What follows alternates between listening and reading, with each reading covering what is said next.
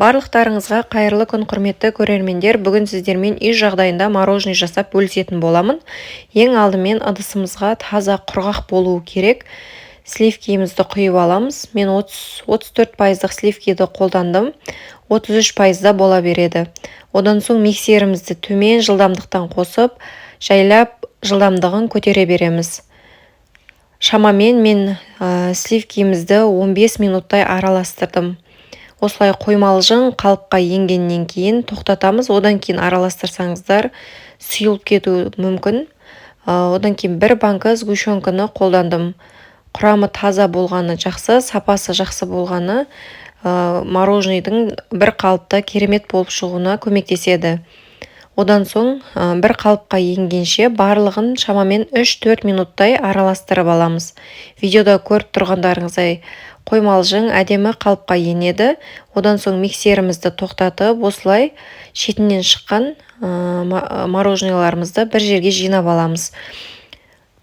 Одан соң таза құрғақ осылай ыдысымызға салып аламыз. Өздеріңіз қалауларыңыз бойынша кез келген ыдысқа салып, формаға сала берсеңіздер де болады. Менде ондай форма болмағандықтан осылай бар ыдысқа салып алдым.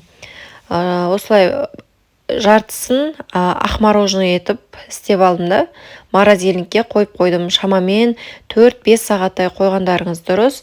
Одан кейін осылай құлпынайларды алып, жуып, тазалап, блендердің көмегімен езіп алдым. Жақсылап барлығын бір қалыпқа енгенше езіп аламыз. Одан кейін қалған мороженейіміздің үстінен езіп алған құлпынайларымызды құйып, жақсылап барлығын бір қалыпқа енгенше араластырып аламыз. Барлықтарыңызға осы мороженейді жасап көруге кеңес беремін. Ең бастысы осы құрамнан бірнеше мороженое шығатын болады. Шамамен бұны біз 7-8 адамдай жедік. Өте керемет болып шықты. Балдар сүйсініп жейді. Құрамы таза, халал өнім. Одан кейін екі мороженейімізді де шамамен 5-6 сағаттай морозильникке қойып аламыз. Видеода көріп тұрғандарыңыздай өте керемет, ауызда дәмі қалады. Даже магазиндегі мороженейлардан да дәмі керемет деп айтсам артық айтпағандығым. Барлықтарыңызға жасап көруге кеңес беремін. Видео ұнаса каналыма тіркеліп, лайк басып, пікір қалдыруды ұмытпаңыздар. Алдағы уақытта да осылай керемет видео рецепттермен бөлісіп отыратын боламын. Каналымды қолдап кетіңіздер.